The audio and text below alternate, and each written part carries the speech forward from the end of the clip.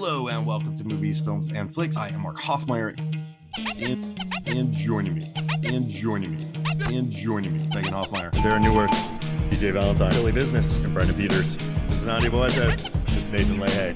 David Cross. It's Jake Lewitt. Norbert Morvan. It's Lisa Leahy. Joey Lewandowski. John Levingood. Professor Mike Dillon. Nick Riak. Niall Moore. Eric Hoffmeyer. It's Johnny Nunn. Hello and welcome to Movies, Films, and Flicks. I am Mark Hoffmeyer, and joining me is a man who always wonders whatever happened to the heroes. It's Billy Business. I'm constantly thinking about Joe DiMaggio and all the civil rights things that he did. And Mother Teresa and Princess Di. I'm sorry, Sesame Street. One of these things is not like the other. I don't know. We'll talk about it. Pink wrote that song. No, really. There's Yeah. a lot of people behind the scenes of what we're about to talk about, like Kanye West for New World Symphony. So Yeah, there's some big names on. So as Billy and I have done, Billy Business and I, we've talked about the Batman soundtracks. We came up with the soundtrack for Batman Returns. We've talked about the Godzilla soundtrack. Now we're moving to a different era. We're going to the 2000s, and we're talking about the soundtrack for the 2005 film, The Fantastic Four. And I am very happy. And this is okay. The Fantastic Four is a weird one for me because when I think about it, I'm like, yeah, I like it. It's like bright, it's vibrant, it's kind of happy, it's got a different tone. But then I watch it and I go, oh no, I'm like, oh no, like is Ben Grimm's wife running out in lingerie and then just like running away? Does she leave her ring there? Like, is that Kerry Washington? I'm like, does Doom ever move? Does he just kind of like, so it's like, I was like, is that dialogue? But then I turn it off and I start thinking about it. I'm like, you know what? I really like the Fantastic Four. It's a movie where when I think about it, I'm like, yeah, I like it. But then I watch it and I'm like, well, not really. But it's just like a scrappy little thing, right, Billy Business? Like it's an odd. So I think I texted you after I went and saw the newest one, The First Steps, and I was like, don't like that. I thought I think we're far enough in any comic book, anything where you can kind of say like it's impossible to say, well, it should be like this. I'm like, there's so many runs of all these characters that are so wildly different that there's no definitive take. But for me personally, That's my Batman. I hate that so much. Exactly. I'm like, 2005's Fantastic Four to me much better represents what I think a Fantastic Four movie should be. And to your point, yes, like, why is she running out to a payphone? Like, really, you have a swanky apartment in New York and you don't have a phone in there? What is happening? This is all bizarre. You're just standing outside in your underwear waiting for your husband. It's bizarre. But go back and look at some of those early Jack Kirby, Stan Lee things. Like, they're clunky. They're a little, just like, let's get to the point. Spiritually, I feel like this is what a Fantastic Four movie is. They feel like they're a close-knit family, whereas the new one, I feel like they just told me, like, look, we're doing family things. See, we're family. Babies, family, see, get it? Whereas this one, I was like, yeah, I get that you four live together, love each other, get annoyed with each other. I feel it. Oh, and listen, Chris Evans is a good time. Ian Gruffle, he's pretty good. He's super bland, but I think he plays the role well. Michael Chiklis is good. I think Alba's good in this, but I think sometimes she gets let down. She's like, they don't like you. They're just trying to tear you down. Like there's a couple of clunky scenes, but overall, it's good. And they keep I kind of feel bad for Alba in these movies. I know it was 05 and it was like a super aggressive time, but they're like, yeah, hey, strip down into your underwear and do this. Sure. Scene. Hey, have V-necks. But I mean, that's every superhero film. But and she even said she feels bad about it. She's like, yeah, they're just like, go do it. And so she kind of regrets it. But it was so of the moment, but I still think she's good in it. Like, I think she acts gruffled under the table in scenes. Like, she does a lot better than him. Well, her chemistry with Chris is it's off the charts, and I really do feel like they're brothers. Like maybe Chris Evans was actually kind of needling her between takes to get that genuine. Especially, it really comes through in the next one, Rise of the Silver Surfer, where he's like sees her in her wedding dress, and you feel like the real emotions. Like I'm sorry, I think these are head and effing shoulders above what they gave us last year. Yeah, I gave the recent one a decent review, but then I kind of thought about it, and I like that they're just chill all the way through. There's no infighting, but it just comes down to her like saving her baby at the end. It's like Galactus is like, I want your baby. And she's like, you can't have my baby.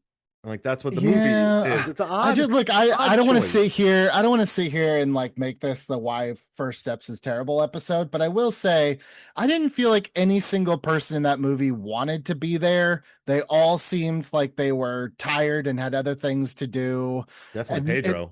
seriously, there's just no the whoever that Johnny Storm was has no charisma. He's like the Human Torch, but he's a wet blanket. It just everyone in this movie, you're right. It is almost overly saturated. It's overly colorful. It's loud, both like sonically and visually.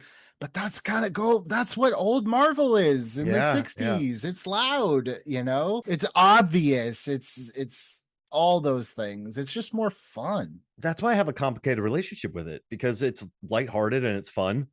And there's just a Yeah. random motocross scene in the middle of it. And you're like, oh, all right, cool.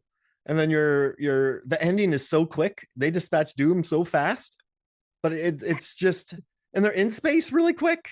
But I don't know. That's can we talk about in space real quick? Because when they're like on the bridge of whatever that ship is, I'm like, that's what the movie is. If this is where you decide right now if you're in or out, because this is patently ridiculous that they're standing on the Starship Enterprise in jumpsuits and either you're with it or you're not Yeah. right now, you know? But still, like whenever I turn this movie off, I have fond memories of it. It's an Yeah, odd film. it is. And I think that's why I think it has a personality because it is so tonally odd. Like Kerry Washington just pops up in a scene, and then the wife comes out and leaves the ring. Have you watched the extended cut of this movie? No, I have not. It's maybe almost 40 minutes longer, half an hour longer. Yeah, it definitely fleshes out the Kerry Washington stuff like completely. It's not going to fix any problem, any inherent problems you have with anything else, but it's worth a watch. Oh no, I will. And then I'll be like, Yeah. I really like it. And then I'll watch it again and be like, man, what's going on? But yeah, and also Johnny Yeah. Storm's just a human hormone. Yes. Do Yes. you miss that era where like there's just dudes who exist 100%. to smooch people? Oh, like the Van Wilder Yeah. kind of stereotype character, kind of, but I understand it doesn't play the same now, which is why like they just didn't have a take for the new Johnny Storm. It's like, okay, well, if you're not going to do Van Wilder, you got to do something, but they didn't do anything. His opening scene, smooching a lady. When he learns he has fire, he's smooching a lady. It's great. And then he kisses another lady at one point. Like he's just smooching everyone. He's like the guy from Home Alone 2. You're just smooching everyone. And but I do miss He's a those playboy. I do miss those Yeah. human hormone characters. Like he's like that's such like a true 2000s trope where they're just like a walking, talking like. But I think that's what makes this feel so much more like a comic book. And I'm the first to admit I like my comic book movies to feel like fantastical comic books. Like I tend to drift a little bit when it gets too like, oh, that's Pittsburgh, you know, like make it look like wear your dorky ass suits. But it's like the archetypes of these characters are just so basic and turned up to 11 that it's easier to relate to them, right? Like Yeah. there to your point, he's the playboy smoochy Van Wilder. Give me one descriptor of any of the new Fantastic Four. You know, you Okay. can't. Pedro's chill. Vanessa Kirby, Morose. Grim, chill. Johnny Storm, middle. The only one, the real funniest guy was Paul Walter Hauser, who just shows up and starts insulting people. Like I just wanted more of him. He's like, yeah, if I had that shirt too, I'd be weird. Like I was like, yeah, Paul. 2005, Fantastic Four. You know what other Batman Begins came out this year? Elektra, V for Vendetta, Yeah. Sky High, Constantine, Sin City. Yeah. But yeah, I mean, there were some really good films in 2005. I think that have had some legs. And so, but then there was also Elektra, which, Elektra's another one of those movies that I think about. And I'm like, I think I kind of like it. And then I watch it and I go, oh no. So it's an interesting one. But Constantine is one of my top 5 superhero films ever. I think that movie rules. So I mean, it was an interesting year, and I think also superhero films are trying to figure themselves out. And I think with X-Men, they were still in like the leather era. They weren't in the outfits era. So I like that Fantastic Four. I mean, they didn't have the blue suits, but I like that they allowed this one to be a little dorkier. If that like, because I think X-Men, they went out of their way to not make it dorky. I I think mean, Sam, this is slightly less black leather. yeah, Like they're slightly less yeah, embarrassed of the suits. Like they're yeah, yeah, dark blue, they're not yeah. going to go full. But again, like this came out a month after Batman Begins, which kind of decided to rewrite the whole rule book of how you make a superhero movie. So it almost felt a little dated the day it came out, just because we were riding the high of Batman Begins. You're like, oh, you can do that with the superhero movie, No, that's a good point. And I mean, listen, Constantine, it was February 18. That movie rocked. Dark, gritty, R-rated. And then you had Sin City, April 1st, come out and just look like this gorgeous painting from Robert Rodriguez. I mean, the movie looks gorgeous, R-rated. Then you have Batman Begins with just Tom Wilkinson threatening people and Liam Neeson's and Scarecrow and all these big actors and Chris Nolan. And then Fantastic Four by the guy who directed Barbershop. So, that movie was a success too. But like, I think whenever I watch clips about it, like I rewatched the Honest Trailer, I rewatched other things, and they keep bringing that up. But yeah, I think this movie in '05 just felt a little nice. It still made good money, but maybe if it came out before these films, no, I don't know. But it was just an odd era and then like it felt fine I will tell you this, and this is purely anecdotal. When I went to the first opening night screening of Batman Begins, it was 3/4 full. Because remember, Batman was a little bit of a tainted brand at that point. I think history has made it seem like Batman is a surefire thing every time. Like, no, 2005, people were not super, super jazzed about Batman Begins the way they were about Dark Knight. It was like, that looks interesting. Fantastic Four, that screening was packed. Oh, the wow. opening night, packed, and people wearing like the Four logo shirts. And I was just like, I lived in Fresno. I was like, I had no idea this many people in Fresno even knew who the Fantastic Four were. Like literally no one's ever said anything. We worked Comic Cons for many years, Billy, and like everyone talks about how Fantastic Four is the first family and everyone loves them. But I never met any Fantastic Four fans. Like I knew people who like Galactus, but it's like everyone loves the Fantastic Four, but then you're like, we didn't see any fandom of them in our years working the shows. I Did we? honestly, no, the only Fantastic Four I can remember is when Mo Lightning and I dressed up as Torch and Thing for a costume contest. No, and it's funny too, because when we were working, that was when the new Fan Four Stick came out with Michael B. Jordan, like that summer. So even I know it was like a huge bomb, but like in the months preceding, I don't even remember people, because remember sometimes a movie would be coming out that summer we were working, and 3 or 4 shows before that movie come out, you'd start to see people dress up already. Mhm. Yeah. Yeah, the buzz wasn't good about it. That Josh Trank, he like Right. trashed a mansion in New Orleans, and the movie had all the reshoots. And I don't know, when they cast Michael B. Jordan in it, I was like, yeah. When they had Miles Teller, I was like, heck yeah. So that was, I think it was kind of doomed, Doctor Doomed from the beginning.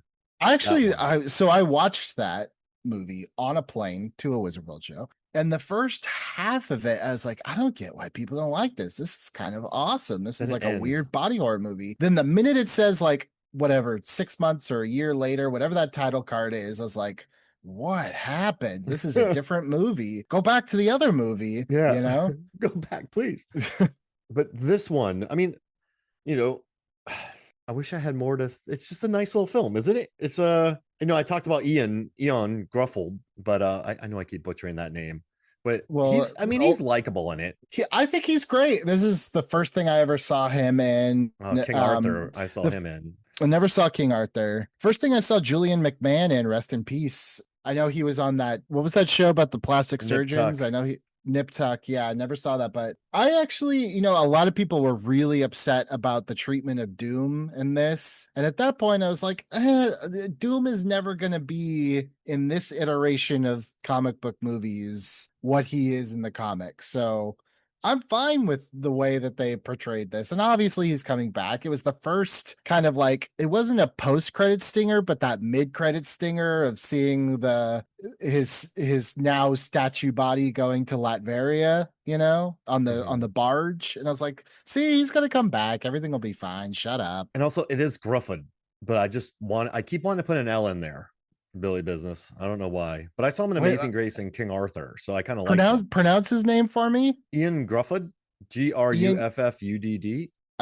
Young. sure, yeah. It's I such looked it a up beforehand, but I forgot it. I really did. I try, but it's a name that always gets me. It's like this movie. it's great in Titanic. That could be a lot of people, right? It's a smaller sample size than maybe you'd think. Yeah, that's a good point. Danny Yeah. Nucci, great in Titanic.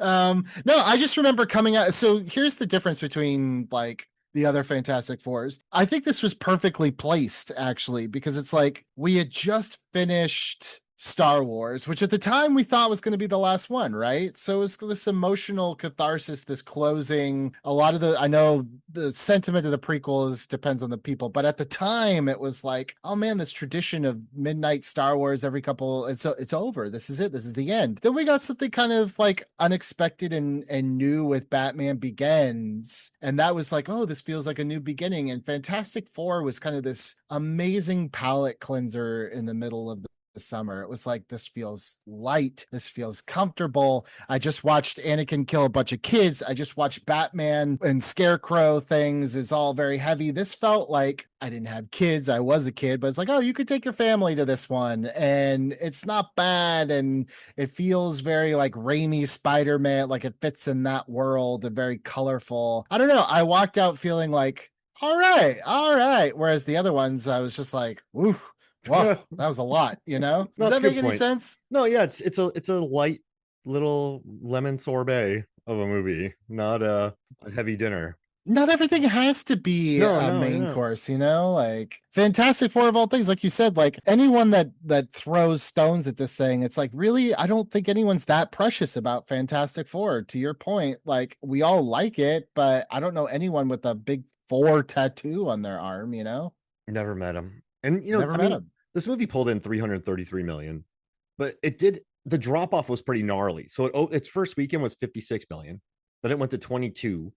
Then it went to 12, 6, 4, 2, and then it was out of the theater like 6 weeks later. So I kind of feel it had a big drop off from the. I think a lot of people were excited for it, and then word of mouth just didn't carry it. But by that point, it already made 333 million. So I think people are happy with it. Yeah, but it was also probably getting clobbered by War of the Worlds, Charlie and the Chocolate Yeah. Factory, The there's following week, Wedding Crashers and Charlie were one and Wedding two. Crashers. Oh my god, yeah. And then it was nothing actually new. Oh, The Island. Actually, the Fantastic Four in its third weekend beat The Island in its first weekend, which is depressing because I love The Island. I loved it when I saw it. I have not seen it since the theater, so I don't know if it holds up or not. It doesn't, but that's another movie where I watch it. I'm like, this isn't it. But when I think about it, I love it because the twist would have been great, Billy Business. If we knew that they weren't clones and you just went in to watch it, that'd be pretty awesome. That was me. That was me. I had no idea Ugh. what the I knew nothing about it. I didn't see a trailer. I didn't even know it existed until my quasi girlfriend for that summer at the time was like, let's go see this. I was like, I don't even know what that is, but It's a sure, why not? You know, sequel to The Beach. it was great.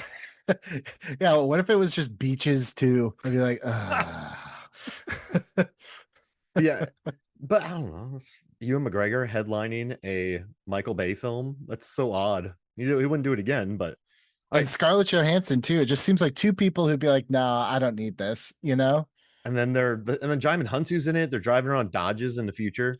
Is It's it it's Michael Clark Duncan in it too? I just yeah, remember yeah. him like being pulled back with him crying, like, no, you know? They needed his liver. His real Yeah. person needed his liver, and I'd once count all the explosions in Michael Bay movies, and I was shocked at how few there were in this film. Like Sean Bean is the bad guy. Oh, I didn't even know he was in it. I need to watch it because I'm probably, and then I'll probably text you be like, I should Yeah. have just left it as a memory. Yeah, maybe because it's kind of long too. But this one isn't. This one's under 2 hours. All right? So we're doing the soundtrack draft. Yeah. Would you like to have the first pick? Sure. I also just want to note that this was the very first album that I ever purchased on iTunes. My Whoa. first digital album ever. If you ask me why, I couldn't tell you why. I don't know, but I just know for a fact I was like, you know what? I'm going to try this out, see how this works. And then like I ended up burning it to a CD anyway, so I kind of just made an extra step for myself, but And Wind Up Records produced it. They released it, and they also released Daredevil album with the Evanescence huge song. Ooh, They did Elektra the album. They did Punisher the album, Scream 3 soundtrack, which that's it's like loaded with rock. The Scream 3 soundtrack is really metal heavy, which is odd because it's a comedy. Yeah. And then they did Walk the Line. So I love that they did Daredevil in this. And they had Evanescence in Daredevil, the album. And then in this one, they have what's his name? Ben Moody, Ben who Moody. was, yeah. So there's a lot of connections for Hold Up Records. They had a lot of these people signed at the time. And then they just slapped some of these songs on here, but some of them are new. So I want to hear what you think. All right, so we're not going in order of like my favorites. We're just picking. Yeah. Okay. There's Well, 20 of them. Yeah, the huge soundtrack. We both were like, I don't remember this many songs, And we can't take Bang Bang to the Rock and Roll, right? That's in the movie, but it's not on the soundtrack. not on the soundtrack. Yeah, it's got to be on this fine album, this loaded album, which is 20 songs, but it only equals like an hour and 13 minutes. So it's so not nice. Well, since you brought it up, I'll take Everything Burns by Ben Moody. This soundtrack is crazy because it's half like the cheesiest songs you've ever heard, like the cheesiest words, the cheesiest everything, and then the other half is just so emo and so intense. Like the most intense. But I remember I really liked this song. It's very dramatic. It doesn't have like a huge, I don't even think like any drums or anything kick in until about halfway through the song on a big crescendo. But it's a good song. It is, to my knowledge, not in the film. And if we're talking Everything Burns, you would think like, is this like about Johnny? Not the Johnny in this movie. This is the antithesis of the Johnny character. So I'm not sure what character would inspire this song, but I just really like it. And Anastasia, she sold over 50 million records. I don't even know who that is. Me too. Yeah. I looked her up and I was like, who's Anastasia? Who's she selling? Yeah, who's she selling it to?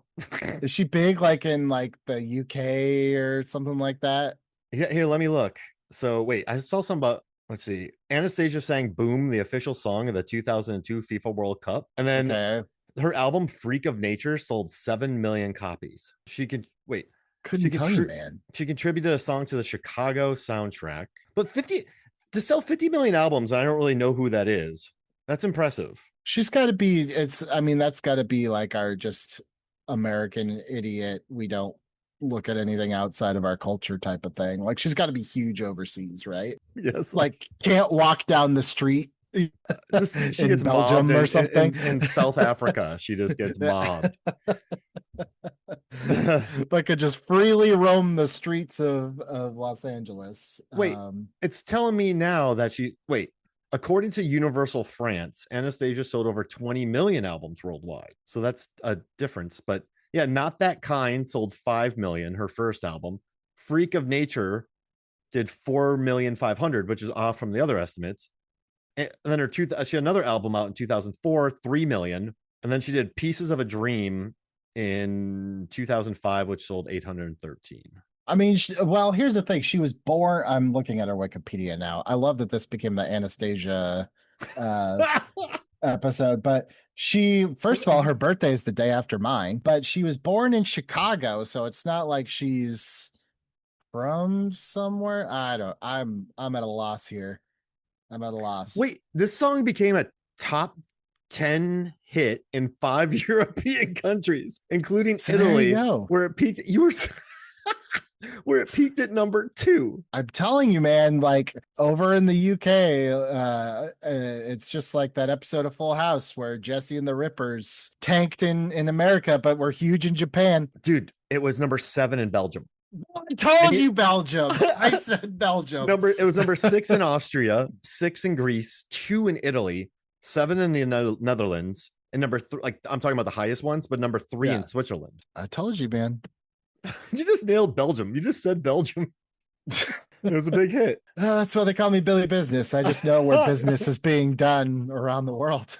This is the emo song, but it's good. It's not I liked it. I like this Ben Moody song. I think the funny thing is, and it's funny that I picked it because all the other drafts, I'm very big on like, it has to fit the movie. It has to fit this. This doesn't fit this movie at all. I just like the song. I think it would work much better. Hell, the new Fantastic Four, which has its own weird ass soundtrack song that I can't get over. All right. I have a question about this album. Yeah. Of all the albums we've covered, this one has the most generic songs, but also has some of the best songs. Yeah, there's no through line in this album the way that like Godzilla felt. It felt like they bent over backwards to try to unify it, even putting Godzilla roars and other songs that just felt weird, but it's like, okay, it's Godzilla. This just really feels like a compilation album of like, here's the artists that appear on our label. Exactly. But like, I know Velvet Revolver was big because Scott Weiland was a big name. Huge. But there's also bands called Omnisoul, and then there's Breaking Point, Alter Bridge, which that's the Creed band that started after Creed broke up. Alter Bridge is big, yeah. Submersed, Loser, like it's just it's just the most generic new metal names from 2005. I mean, not even new metal too. It's also like the hip hop that they have on this. It's like, it's your boy Ching-a-ling. I'm like, your boy? We are meeting for the first time, sir, Mr. Ching. Please don't announce yourself as if we are acquainted. Relax, go do it. But yeah, it's an odd one. Do you have any other thoughts about this song with Anastasia? I like it. I think at that point, like I said, this was a very important summer. This was my summer 2005 was the last summer that I spent at home, like living in my parents' house before I moved out to go to 4-year college. I feel like, this is where, you kind of break up with the high school girlfriend, and I had my first kind of summer job. And so I feel like all the emotions, all the feelings I was feeling at that time, I probably really resonated with something that was just so on the nose dramatic, Oh, that makes sense. Yeah, you had big choices. I was just 05. At this point, I graduated from college and I was working at Big Daddy's, and I had a mohawk, and I was in some bad bands, and I was a bouncer, and I worked at a pet store post-college. This is where I was at, Billy Business. I mean, the mohawk and the bands, it all tracks. I see it all. None of them are good, but they were fun. Okay. You know what? I'm sure they were great. I'm really happy you didn't take this because I would have been really pissed, but I'm taking Error Operator as my first pick because Taking Back Sunday rules. I would say of the 10 bands I've listened to most of my life, Taking Back Sunday is one of them. Wildly emo. They have this lyric where they're like, and if you slit my throat, with my last dying breath, I'd apologize for bleeding on your shirt. The greatest line ever. Yeah. Woof. That's deep. That's heavy. That's emo, baby. Yeah. But I was just jamming out to it yesterday with my daughter in the car because she goes, "Dad, rock music?" I'm like, "Yes, rock music." We were listening to Immigrant Song, Party Hard by Andrew WK, TV on the Radio, Foo Fighters, Nirvana. Okay. Because no one swears in these songs, so it's just rock music. So my daughter is going through the BTS phase, so it's been all K-pop. Smooth like butter. Yeah, but yeah, I love this song. I mean, I love the two guys singing, just Adam and like Fred. But also like, there's been an accident. Calm down. They had an accident, and then there's that scene where sometimes I swear I can see straight through you, and like just concentrate, control. But would you do it again? We can't go back. We can't go back. It works. It works in the. I don't know if it was meant. It's not meant for the album, wasn't written for it, but I do like the song. I was gonna say, was this popular before this album, or like it's not? This wasn't like the breakout hit, was it? Oh no! By this point, they had let's see, they had that album Louder Now, which came out in 2005, but they also had albums before that. But this is when they super exploded because this one had Liar, Make Damn Sure, My Blue Heaven. Like Error Operator was on the album, but yeah, like I don't know if you remember like Make Damn Sure and Liar. Those were big on the radio, and then also they had albums before this. But I think this is the one that kind of got them a lot of radio play. So and then they also they did a song for Transformers. So what? Yeah, what? I remember. What is it?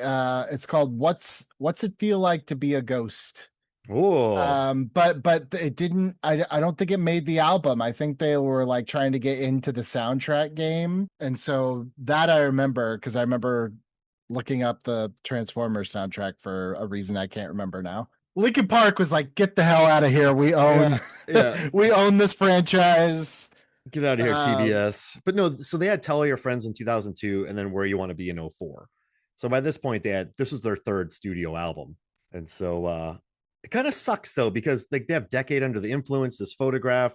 There's some really good songs on that, but like they just never got a lot of love on like major reviewing sites. But I love Era. I love this band. I love how the two sing together. Honestly, is this song in the movie? yeah, when when Ben walks into the bar and sits on the chair. Got it. Okay. Because I was gonna say, yeah. At first, it has a very similar opening riff to the one where Johnny's skiing. You Oh, know? yeah, that's Sum 41. That's Newts. Yeah. I like. Well, okay. My next pick is No! Newts. So I love that song. I don't love the song by itself, but I think I just like that moment and how it's used so much that it elevates the song for me. It just feels very Johnny. No, it does. It's good. No, it's like it's a good X game song, I would say. Yes, that's what it is. If I'm looking at the whole, no pun intended, sum of Sum 41's discography, it's not my favorite Sum 41 song. Top 3 Sum 41 songs. Still Okay. Waiting is one. The Hell song's good. Fat Lip I is think good. Fat Lip is good. I think In Too Deep is my favorite Sum 41 song. I like Still Oh, Waiting. That's their hard. That one hits hard. I like that one. Oh, I Dopamine. like They released song 2024. That's good. Makes No Difference, I think Oh, is my second. oh, So what song is that from? I don't know what an album or anything. I just Yeah. because it makes no difference Difference to to me. me. Yeah. Yeah. That's a good song. Them and So yeah, Apple.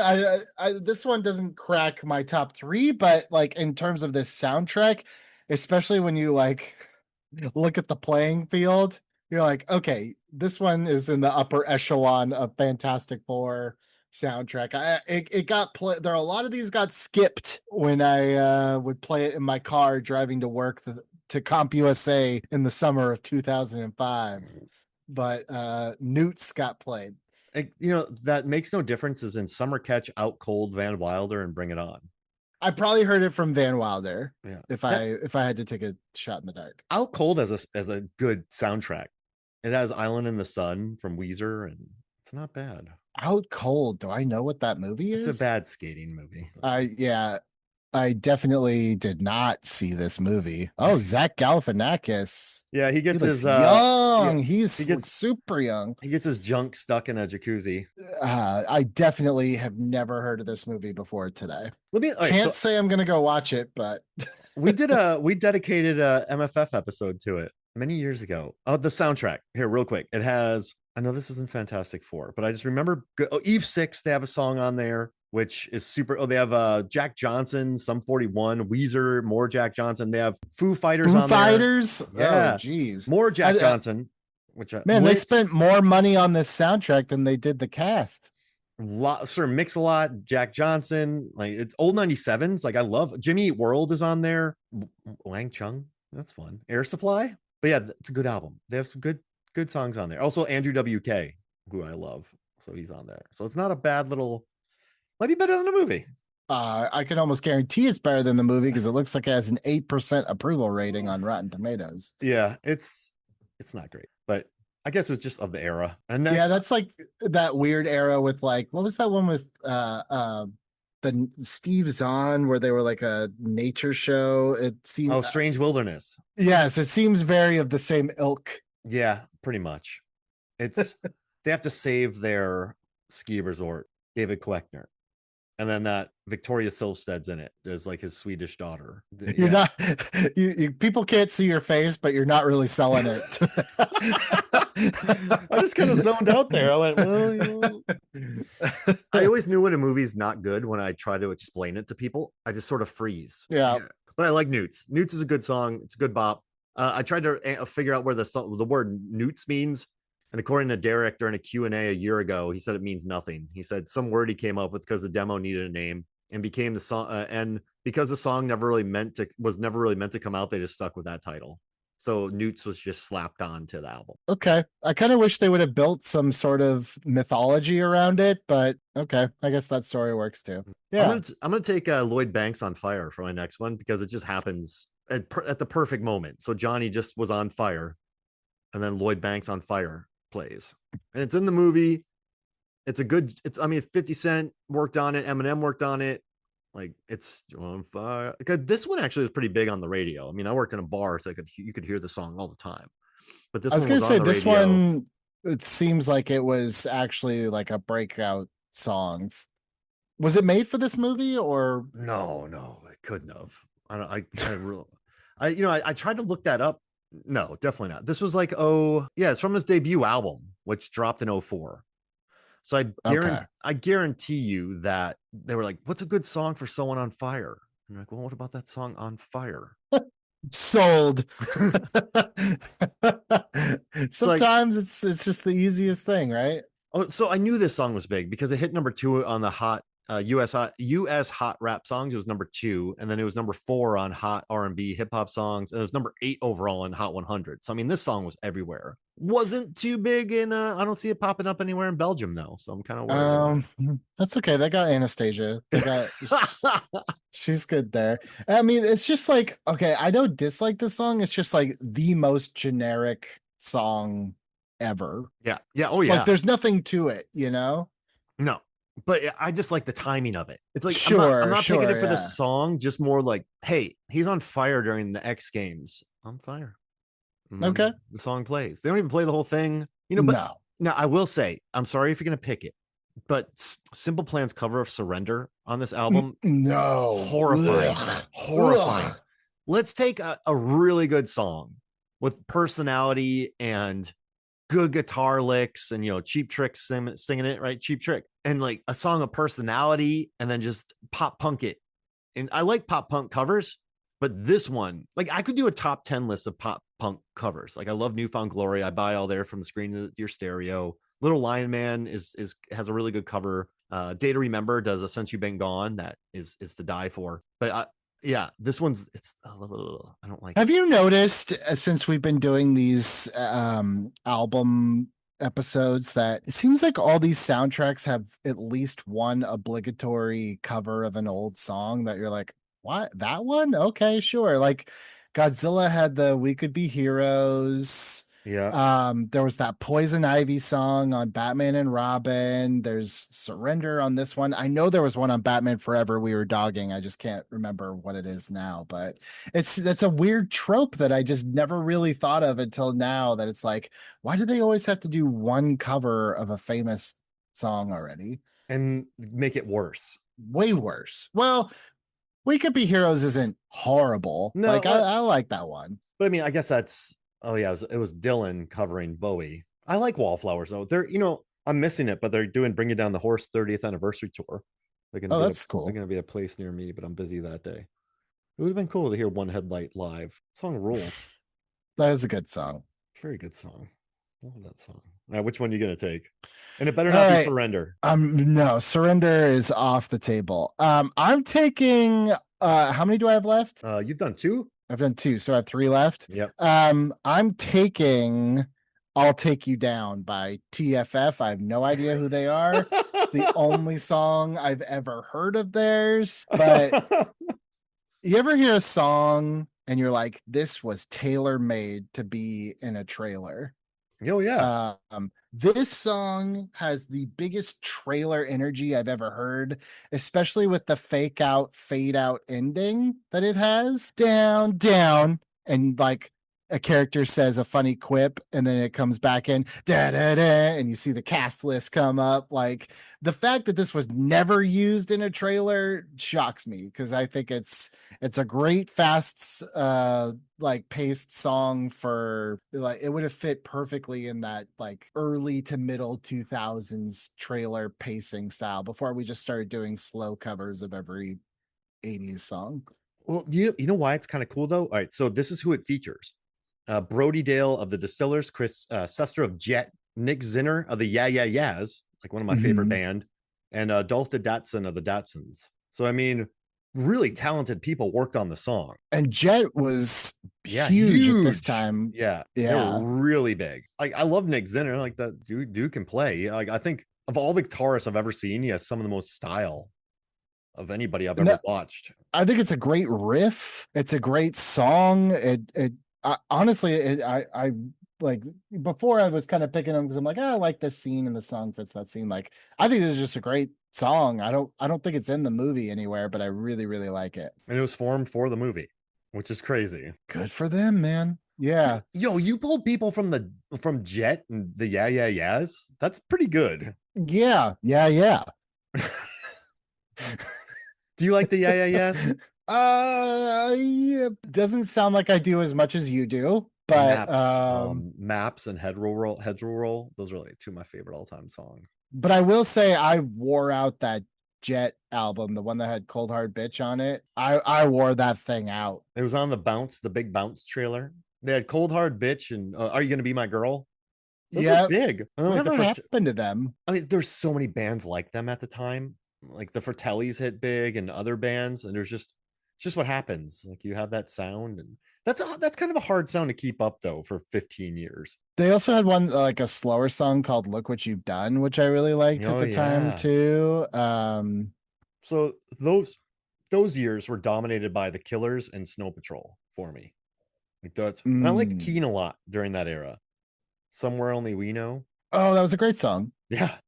Oh, did you know Jet is an Australian band? I had no idea. I like that. So they disbanded in 2012, reformed in 2016, and they're touring right now. Let's go to Australia. They did a song with Kesha. That tracks.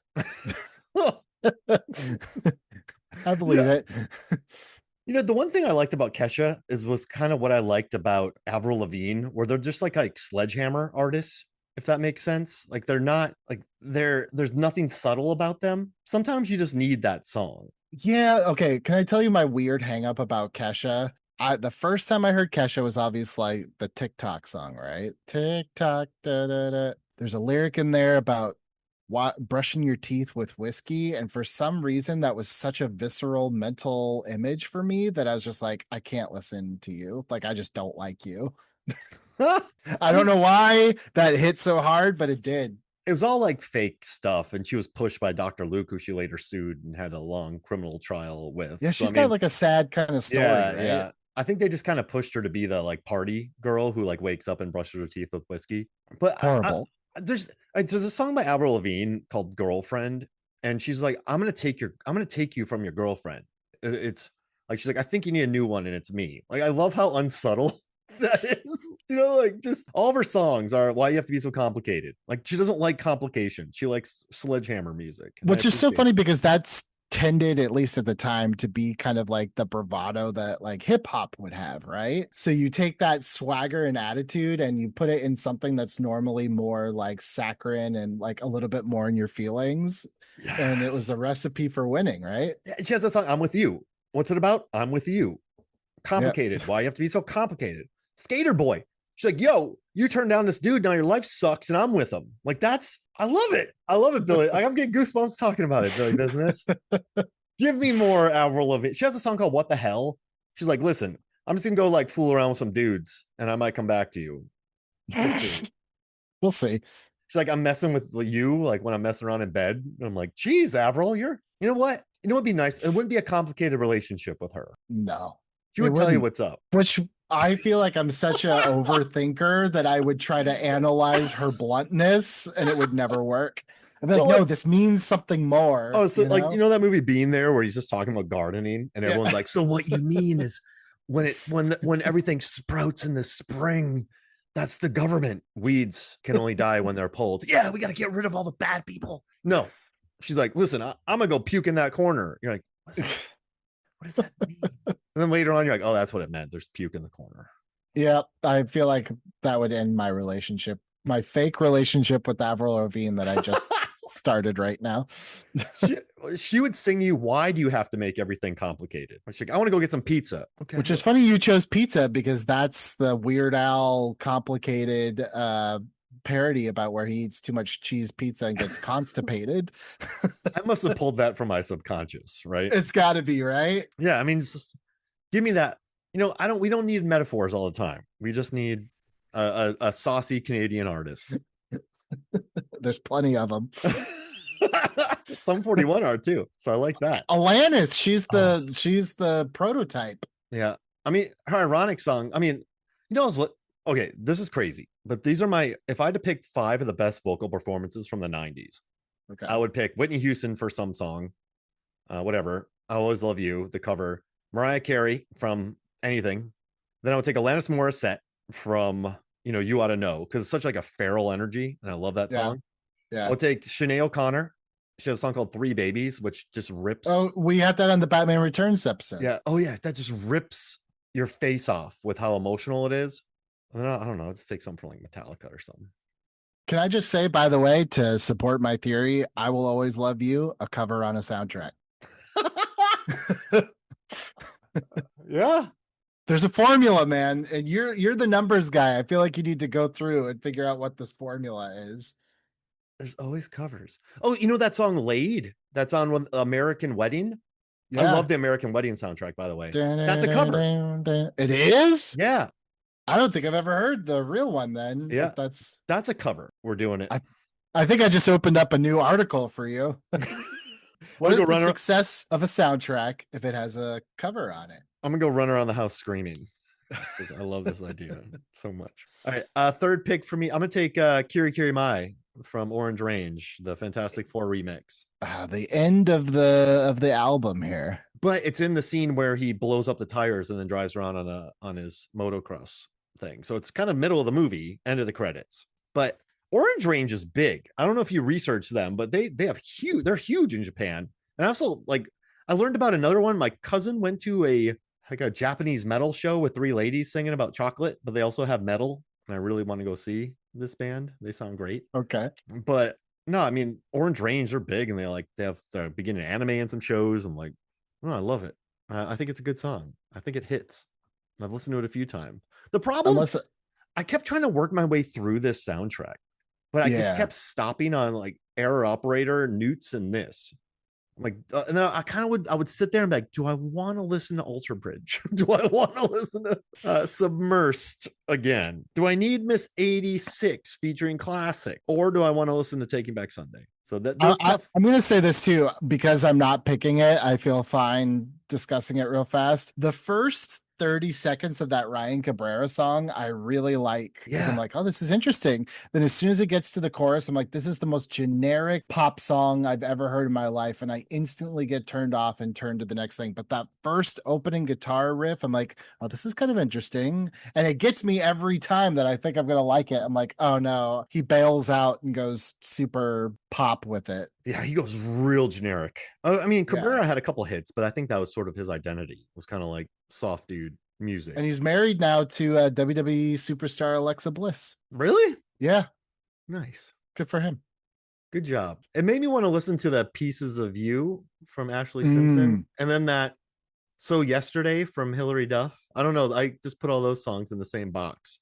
Poor Ashley Simpson, man. That SNL thing just tanked her at that time. You know, like she played it the worst way she could have. And I don't think she ever bounced back, but I liked a lot of her songs. Dude, that song's tough live though. Cause what is it? Oh, like there's a lot of yelling in that song to hit live. So you're not really setting yourself up for success. The part of me wonders, it's like, and I have no idea. I would actually love to know this when these bands go on SNL. It's like, are you choosing what songs you do, or is your label choosing what songs you do? You know? I mean, I just wouldn't have done it. And I'll always remember Jude Law was the host of that episode, and she looked mortified when she had to be on stage later on. Oh yeah, why wouldn't you? Like that was like the biggest thing of that year, and it was around this time, wasn't it? I would crawl in a hole. Yeah, poor Ashley Simpson. I feel bad for her. Avril Lavigne never would have done that. No, Avril Lavigne would have been like, oops, my sync track went out, let me start again. She would have owned it right then and there. Yeah, I think she just would have belted it out like the Canadian legend that she is. Yeah, most Canadian legends do. She just would have taken the maple syrup out of her pocket, Put it taken in a swig like Popeye with spinach. and just exploded through the set. Yeah. What are we talking about? I just took Orange Range. Great. Great Day Yeah. Night.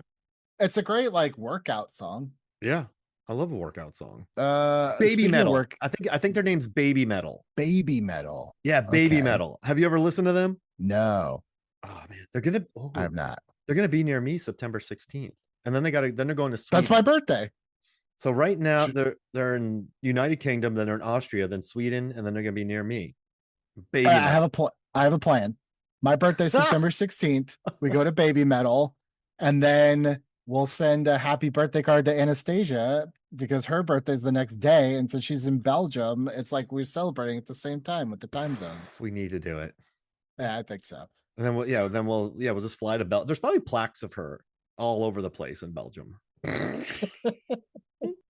Besides the waffle, it's their number one export. Baby Metal. Look them up though. Okay, I will. All I right. promise. Oh man, I'm having a hard time. So there's 3 songs that I really like, but I'm down to my last 2, so someone's gonna have to sit out. I'm gonna say this is 2005 Billy's draft, not current Billy's draft, because I'm gonna pick this song because at the time it was very important, which is Goodbye to You by Breaking Point. This was so I told you last summer at home means you're Oh breaking yeah, yeah. you're breaking up, you're starting to move on. This is, you're moving on to the next chapters of your life, and this song definitely was on my I Feel Sorry for Myself playlist. I think I played it a lot, and it's very it's I was 19 at the time, so I can still say I was a teenager. It's a very teenager way of thinking, like it's not like we had something and I'm sad. The lyrics are very much like I'm sad and it's all your fault, which is how you want to feel in one of those things. It's also just a good song. Like I like the melody and everything. I think 2026 Billy would have taken Velvet Revolver because I love Stone Temple Pilots. That Velvet Revolver album was amazing. Yeah. But 2005 Billy definitely would have had this one played much more than Come On Come In. I'm so happy we're past the point where the dude songs were just like, you are the worst girl, like you screwed me over. Yes. And like that's why I like Noah Khan. He's like, it was both of our faults. Like I messed up in this regard, you messed up, but it was on us, and I wish you the best. Like, but I had a part to play in this, but I keep doing the same thing because I'm a glutton for punishment. I'm like, yes, there's 2 sides to every story. I think in 05, sure, yeah. in 05, everyone was like, this girl sucks, she cheated on me. That's because this music kind of grows up with us, right? Like I'm sure there's a lot of music out there today that we are not privy to because we're old men that is still very much like it's all your fault, you broke my heart, but we just don't listen to it, right? True.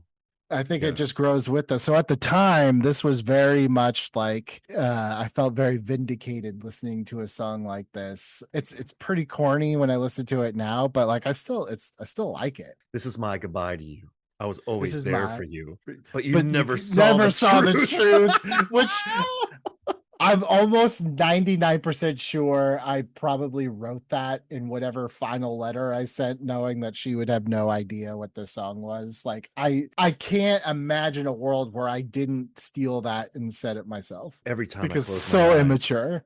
my heart is bleeding deep inside, but now my eyes are open. I'm never going to be the one for you. Just so immature. It makes me cringe so hard. Like, oh God, 2005 Billy, you are just the cringiest of cringe. But I have to be true to the game. And if 2005 me was drafting, like, I don't think I could listen to this album if it wasn't on it.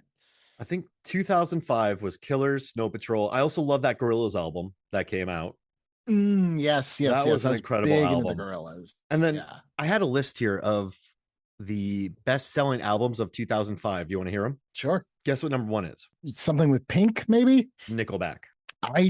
Yes, I told you, Nickelback Economics. Everyone says they're the worst. I'm like, but you all bought it, so it's a bummer. Look at this photograph. Number 2 was Eminem's The Hits. sold 15 million albums. They sold 19 million albums, Nickelback. X and Y by Coldplay was number 3, Madonna's 4, Mariah Carey 5, and then 6 was Carrie Underwood, 7, 50 Cent, 8, Demon Days by Gorillaz, amazing album. Monkey Business was number 9 by the Black Eyed Peas. That almost sold 8 million albums. Monkey Business from the Black Eyed Peas, number 9. Robbie Williams, Intensive Care, sold 7 million. Interesting. 11 was Pussycat Dolls. 12, Late Registration, Kanye West. Oh, man. 13, In Between Dreams, Jack Johnson. That might be the one I listened to. There's a song called Breakdown. Like, he wants a train to break down because he can go explore these cool towns, but he keeps his zapping by him. It's a good song. I'm pretty sure I've heard that song. Good one. And then It's Time by Michael Bublé, or as we call him, The Bubble. 15 was Essential Michael Jackson. 16, 30 Seconds to Mars, 5 million. Good old Jared Leto performed at my bar, and he punched a guy named Sideburns. I mean, I would probably punch someone named Sideburns too. And then his bus You're was just there, asking for it. and there's like a line of 30 girls waiting to go into his bus, like right outside our bar. That was it. And then How to Save a Life by The Phrase, 17. 18 is Panic at the Disco. 19 is Sean Paul, which is an incredible album. I love Sean Paul. And 20 is Il Divo. Man, that Panic at the Disco one, I played that one a lot. Oh, yeah. At that time. Like Fall Out Boy and all those guys, they were big. That was a big time. It's funny too, because you go back to that top 10 and it's funny. It's like, it really feels like the torch is starting to be passed. Like, you still have Mariah Carey in there, you still have Madonna, but then you have some of the new names, the Carrie Underwoods, Coldplay at that time. I'm not going to call them new, but they were starting to hit their peak, right? I think X and Y to me is like the top that they got. Yeah. Their Coldplay Live, I think 2002. I listened on my CD player during most of my college years studying for stuff. I listened to that album nonstop. But I mean, also remember when Hootie kind of ended grunge, helped end grunge? I think Nickelback kind of helped end nu metal.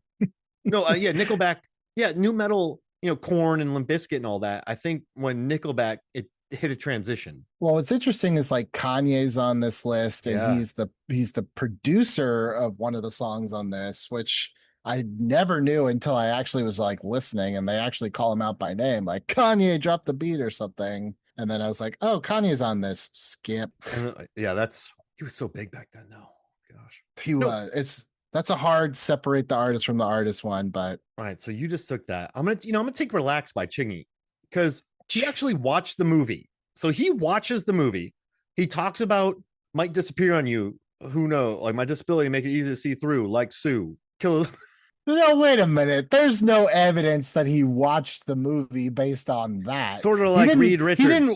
I can turn into a Bentley. He didn't Will Smith like tell you the plot. He just told you generic things about these characters. So I play the game to win. So we aim to win. Breaking any machine, bringing the pain again. I feel that metal is a worldwide get up called Victor Vaughn. How you get the dime? Sorry.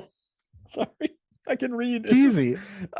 I ain't average. I'm Mr. Fantastic. Ooh, that's a good one. I mean, it's the only song that's about Fantastic Four, so you're right. But it is like, to me, when I said like this album's super cheesy and corny, in my mind, this is exactly the song I was talking about. Sling that rock. 18 wheelers couldn't stop me, so do it.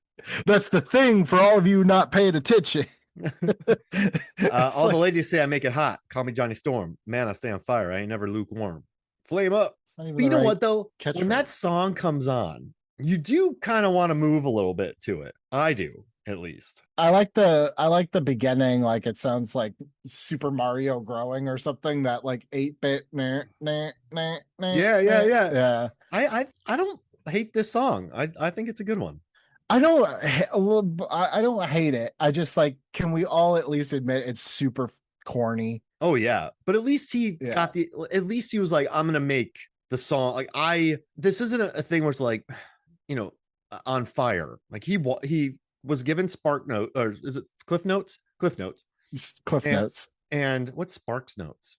Spark Notes was the same thing. It was just like the online version at the time, I think. So I'm not losing my mind. No, he gave him that, but he tried. He's like, you know what? I'm writing a Fantastic Four movie song. I'm selling out. I'm going all in. So respect. I give him some respect for that. You're right. Just Mr. Chingaling, I rescind my negative comments. You have my respect. I mean, it's I like it's like a Avril Lavigne song. It's a sellout Fantastic Four song. Let me see whatever happened to Chingy. Oh, he looks super young. He's not. He's 46 now, but he was on Ludacris's record label. His debut single peaked at number 2 on the Billboard. I've never heard of Chingy. Well, oh really? Of course, He was big, man. Oh, well, clearly I'm not the target audience. I don't. Oh, think. right there. When you do it right there, and Holiday Inn at the Holiday Inn. Oh, I didn't know that was him. I know Oh, Holiday you're Inn. Yeah. All right, Mister. What is that meme? That's like, I'm sorry, I wasn't familiar with your game. You know. Sorry, Mr. Ching. No, man, that thing went platinum. Crazy. Well, then he doesn't need to work anymore. That Holiday Inn song was huge. That was He's. right Oh, he there, had a. He yeah, had a big feud with Nelly, apparently. Uh-oh. I mean, right there was big, and that Holiday Inn song was huge. Even I know that song. Oh, he did Tipsy too. Everyone in the club getting tipsy. No, that can't be him. Yeah, Tipsy remix. He's on it. Tipsy remix, but he didn't make it, right? I don't know. Do it to it. I hope there's a Chingy expert listening right now, just screaming at their phone. I mean, he had 2 big songs. Like, oh no. He did. Yeah, He did. I'll give you that. This would have been like right when he got famous, like really famous, because Holiday Inn was 2003. Right there was also 2003. So yeah, he was a name. He was a name. I'll give you that. All right, Chingy. I was not familiar with their game. I was not familiar with your game. Respect. I mean, most people would kill for hits like that. So, and Relax. Now he has Relax. And he made some cash on it. So he's good to go. I mean, honestly, anyone that's on this soundtrack should be proud of themselves for at least getting on a major album. Like, there's some songs on here, like the one by Megan McCauley, where I'm just like, I don't know who you are. I don't know why this is here. This is definitely just like a favor to somebody that you are on this. She has 2 nothing songs to do with anything. She has On 2 this, Yeah, she has 2 songs on this album. is she married to the producer? She was a Cleveland-born rock vocalist. She started as country songs, and then she went to rock. Wait, what other song is she on? She's not. She has 2. What's the other one? Oh, you're right. Why are we getting inundated Reverie. with Megan McCauley? I didn't die for you. And they space it out with like 4 or 5 songs in between. Like, yeah, remember her? Yeah, you want some more of that? Like, no, this is too long as it is. I don't even see a Wiki page for her here. Maybe she's not real. Maybe it's like a Alan Smithy or whatever. Let's see. Oh, she was Wind Up Records. That's why. Did they think she was going to be like the next big thing? Well, Wind Up Records released this, and they also had Submersed on it as well, and other people. So I think Wind Up just took some of the songs and they wanted their artists on. They plopped them on here. Hilariously, if I type in her name in Google, the very first article that comes up is called "Does anyone remember Megan McCauley?" She was on Dr. Phil. She had a contentious relationship with her mother and past issues with drug abuse. She also had a song on the Elektra soundtrack. Oh, that was the Wind Up Records as well. But she used her music as a platform to address difficult personal experiences like domestic violence. Oh, wait. She earned a Doctor of Musical Arts and now teaches private voice and piano lessons. Good for her. I don't know why she's on this twice, but performs as a vocalist and pianist, occasionally serving as an artist in residence at institutions like the Kentucky Music Hall of Fame. Just learning so much today. So much. Yeah, Wind Up Records. That's why. Wow. Last one each. Are we on our last ones? Final one. This was my favorite song of the album at the time, and it's still my favorite song listening to it again. Disposable Sunshine by Loser is my favorite song from this album. It does something that I really like when songs do, which is in the chorus. It's and I'm sorry for the music nerds out there. I'm going to try to use the correct terminology, but the bass line and I think the guitar riff like ascend, midnight washes over, but then they do the chorus again. The second time it descends. Wait, I have it the other way around. Second time it ascends, the first time it descends. Basically, when you listen to it and they repeat the chorus the second time through, listen to it because the bass line sounds slightly different and you might not be able to put your finger on it, but it's just a cool little musical reversal that I tend to really like when that happens in songs. Your face looks very bewildered right now. Yeah, sorry. I just got lost on reading about John 5. Sorry. Sorry. Hey, wait, can you go back, man? I can't multitask. I was like, this guy's really interesting, and I got stuck on that. Don't kill me. So, what I was saying, I really like this song because it does something in music that I don't normally. I'm sorry if I get the terms wrong. The first in the middle of the song, you know how they sings the chorus twice, right? He repeats it. The first time, the bass line and the guitar riff kind of descend as he's singing. That's the riff. The second time he repeats it, it's the same everything except it ascends. The bass note goes up, and it's when you listen to it, you might not realize right away that it sounds a little different. But when you stop and really analyze it, you realize like, oh, that's cool. Like that's what makes it feel different. I mean, the dude's talented. Yeah. You know, he was with Marilyn Manson, and then he left, and they started this band. But then he left this band a year later to go work with Rob Zombie. And he's if you're Rob Zombie, if you're gonna leave a band to go play with someone, that's a good one. And then he played with him from 2005 to 2022. And then he was with Motley Crue. I think he still is. I think he replaced what's his name, the guy who left, whose name I can't remember now. The guy, the guy, Mick Mars. Who's that? He replaced Mick Mars was like the original founding guitarist. Yeah. I mean, the guy can play, and this band was pretty popular. But then he's like, "Yeah, I'm going to leave," and then they took all the control. Like then they're like, "All right, we're not going to back this band anymore." But this is a good group. I mean, short-lived, I think, but still, I really like. Yeah, it was only active for like a year. It's funny because Loser and Velvet Revolver are two kind of like short-lived groups with some heavy hitter names in there, you know? Yeah, and then this guy lasted 1 year. But this, I guess of all the songs on here, I would say this is probably like of all the disposables. That's not disposable. This one's actually a pretty good song. It's not disposable. Why I keep saying that? Because it's Disposable Sunshine. But this was your favorite, huh? This is my favorite song. You sound like my dad, like disappointed in me, but accepting my life choices. Like, no, like I still love you, but okay. You're talking about this, like you're talking about 2005, Billy. No, I think even listening to this today, like over the weekend, this was still like, yep, I like that one the best out of all 20 of these.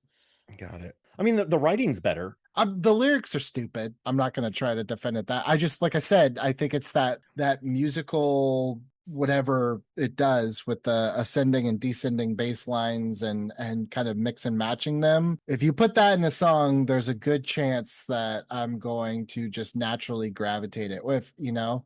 Oh, so the vibes kind of. Yeah, I think we've talked about this before where I'm like, there's just certain things where it's like when minor notes resolve, like I tend to gravitate more towards those songs. Like if I put all my favorite songs on a list and a really classically trained musician came through, they could probably pick out like, oh, this is the pattern that you like, you know? I just like I like when people sing. I don't even know how to explain that, Billy. You just like when people sing. I get it. I like when they do something interesting. You know that Whiskey in a Jar cover by Metallica? I just find that to be a very sonically interesting song to listen to. And there's a song called The First Single by The Format, where I think that's an interesting song to listen to. I like the way words are stretched and said. Like I don't know the lyrics of most of them, but I just like the way it flows, I guess, is what I kind of like. I'm not really a lyric guy, but I know where you got your tattoo now. So if anyone's wondering, Billy has a tattoo that said stains. So right on Billy's forearm, it says strange thoughts penetrate my halo. Yeah. And and on the other forearm, it says I've sacrificed my purity. That's what I said when I lost my virginity. Like I was just laying in bed and just said I sacrificed my purity. But I don't know where to go from here. Yeah, that was a pretty good one. Yeah, I'm done. It's good I this don't know wasn't what a. else to. I'm glad this wasn't a bet cover. No. Just another one of these super groups. Maybe that's why they put 3 super groups on this album, is because the movie is about a super group. You have Velvet Revolver, TFF, and Loser, essentially. I hate it. I mean, if that's what they're, if it's a coincidence, amazing. If that's what they were going for, I wish they would have leaned even more into it. You know, You know that scene in Analyze This where De Niro's like, you're good, you're good. Like, I wish if that was the plan, like we should have gotten another, Saliva Nickelback Spider-Man song, like just all super team ups. Man, that's the standard bearer though. Yeah, you can't get better than that, than Hero. That's a good song. It's a great song. And then that one also has that awesome dashboard song, Vindicated. Yeah, Man, that's an all time. that's from Spider-Man 2, right? Yeah, I think so. Is the hero from Spider-Man 1? Hero Spider-Man 1. And that we talked about this before, and I was like, Spider-Man 3 has the Snow Patrol song. Yes. That's really, really good. Yes. Sorry. No, those Spider-Man soundtracks, they rock, man. It's that like Spider-Man 2 one's great. It's funny, they're A-tier superhero movies and they had A-tier soundtracks. Yeah. Like you get other ones and you're like, Batman Forever, great sound. It had some big hits on there. That was kind of like A-tier. And then Batman and Robin, no, not so much. I wonder if the quality of the movie makes the soundtrack better. No, I'm sure there's plenty of movies where the soundtrack just absolutely rips and the movie is just a steaming pile of poo. Yeah, good point. I mean, Godzilla, there it is. We did it, Yeah, that soundtrack rules. So, and that movie is unwatchable. Yeah. We can't talk about this soundtrack without bringing up Whatever Happened to the Heroes by Joss Stone. So that's my last pick. I mean, that was the one that I remember they were pushing as like the single, which I thought was okay. That's interesting. I texted you Saturday because I was listening. I went to go pick up dinner and it was like half an hour away to pick it up. So I had a lot of time. I was listening to this. I was like, the words to this song are so bizarre. This makes no sense at all. Like Joe DiMaggio? Yeah, she breaks down like she's like Joe DiMaggio, Martin Luther King, and Mother Teresa, Princess Diana. And it's all these people, like she's talking about heroes, and I'm just like, 3 of those people, you could argue, did some real good in this world and are important in our history. And one of them is a really good baseball player that had a thing with Marilyn Monroe. Your definition of the hero is swinging back and forth pretty wildly. That's why I like it. Because when you're listening to it, you go, wait, what? And then she takes a swing at Kurt Cobain? Dude, not a swing, a full-on, here's the shovel, I'm gonna dig. Do you believe this, Joss Stone? I don't even know who Joss Stone is. She was a thing. In the UK? Was she a thing? Belgium. Let me look here. Let me pull up her numbers. Oh my gosh. The Belgians' biggest hit, Joss Stone. She went. She's English. So I was right. No. Yeah, English. UK. Wait. Kurt Cobain, take a pill for the pain. Celebrity mentality before you even spell your name. Dude, stop. Get Kurt Cobain's name off the soundtrack and out of your mouth. There's so uncalled for. And the other thing, like the first of all, the song starts with, I wish I could fly like a jet plane. I could read the minds of my enemies. Worship a poster, carry a lunchbox, have a superhero to come and rescue me. Well, what is it, Joss? Do you want to be a superhero or do you want to have a superhero protect you? Because you're talking out of both sides of your ass in the same first verse. No? The song doesn't make sense. It doesn't. No, it makes zero sense whatsoever. And guess what? She won the 2005 Brit Awards for British Urban Act. Also, like fast moves, whatever happened to the heroes? Fast moves, fast cars, and remote controls. Remote controls? But that's why I love this song. Because you listen to it and you go, remote controls. And you go, Kurt Cobain. Wait, What are you talking about? you're saying there's no you don't want heroes? There's normal people, and then like Joe DiMaggio. It's a flummoxing song. That's why I like it. I mean, Does that make it's sense? it's also just like a very cheesy R&B song. Like, take the words out of it. It just like it doesn't. I feel like sonically doesn't really fit with anything else, and yet this is the one that plays in the end credits after New World Symphony. Which again, I would have put that on my list. I would have drafted it, but the minute that I knew Kanye was involved, it got thrown out. But they pushed where whatever happened to the heroes is like this is the lead single from this and Velvet Revolver. I mean, Scott Weiland was still big, and at this time, Yeah. Joss Stone was winning Grammys and Brit Awards for Best Urban Act, and she won an Emmy or Grammy later for like a John Legend song. So she was hot at this point, and so was Taking Back Sunday.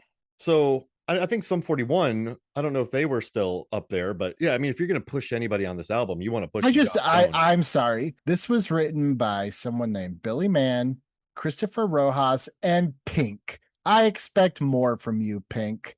I know that you can write better words, better lyrics than the ones that you wrote, and I don't think you should be taking shots at Kurt Cobain. That's weird. It's so weird. It's like it's not even like a passing thing. It's just like here's someone not to look up to because he took the easy way. Like, what the hell are you? Yeah, but this was talking 05. about? When you did that, you were a wimp. So selfish. Ugh, Jocelyn Eve Stoker, You know, aka Joss Stone. I mean, you hear these outta lyrics here. though, and you're like, this person doesn't know what the real world is because you're just That's I almost texted you. I was like, this sounds like it's written by like someone like who is like an alien, and they're like, describe the Earth experience of heroes. That's like, or I guess the equivalent today was like, this sounds like a Chat GPT song. we need a song for the Fantastic Four soundtrack, quick. Yeah. Hey, what's that song you had? Remote controls? Okay, remote controls. There was definitely one version where they wrote about how they were the hero, and then they scrapped it and went with like, I want to look up to a hero, but forgot to change the first part of the song. The Larry Crown of songs. I can't say I hate it, but it does strike a weird chord in me that gets me riled up. I don't know why. But I think that's good though, and that's why I included it, because some of these songs you can just play through and you're like, fine. This one, Right. you're like, huh? What? Remote control. It's like, have you watched a superhero anything?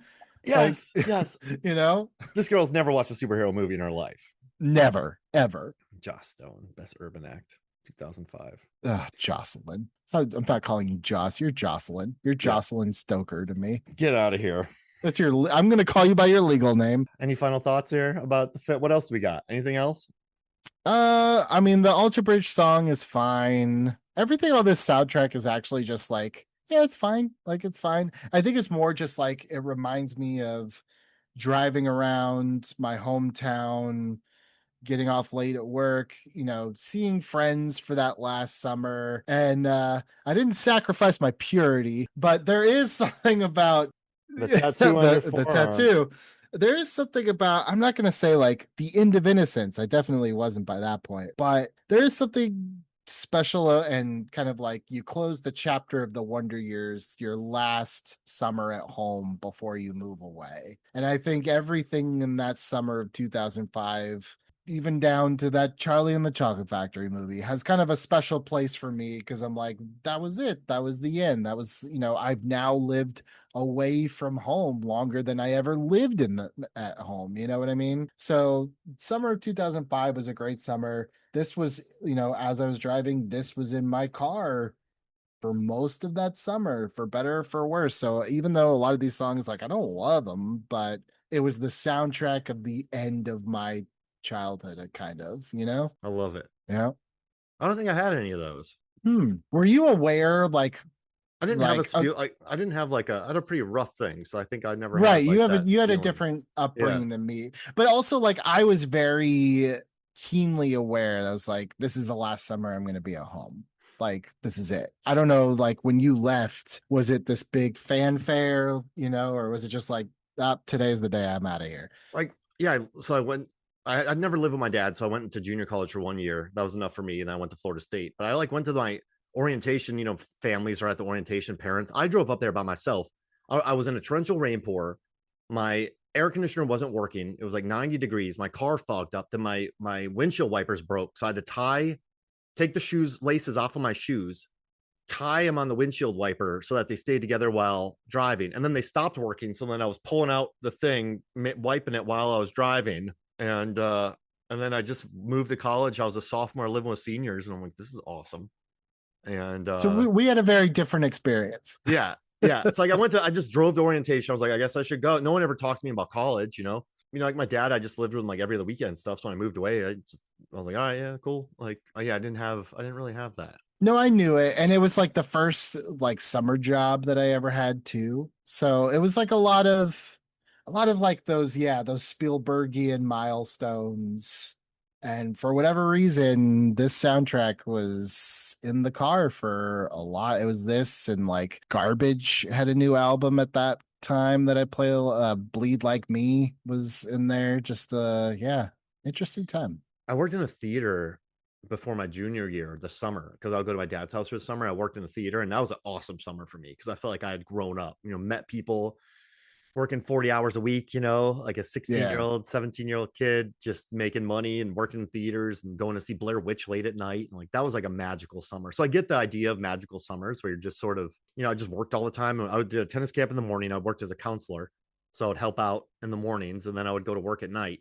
And I loved it. Like I love that summer. I guess that's like the summer kind of I had, right? Where you play tennis in the morning, you help out with kids, and you go to work and you work with all your fellow cool people and like watch movies. And like, that was a good summer for me. I think when I went back, I was like, I'm going to miss this job.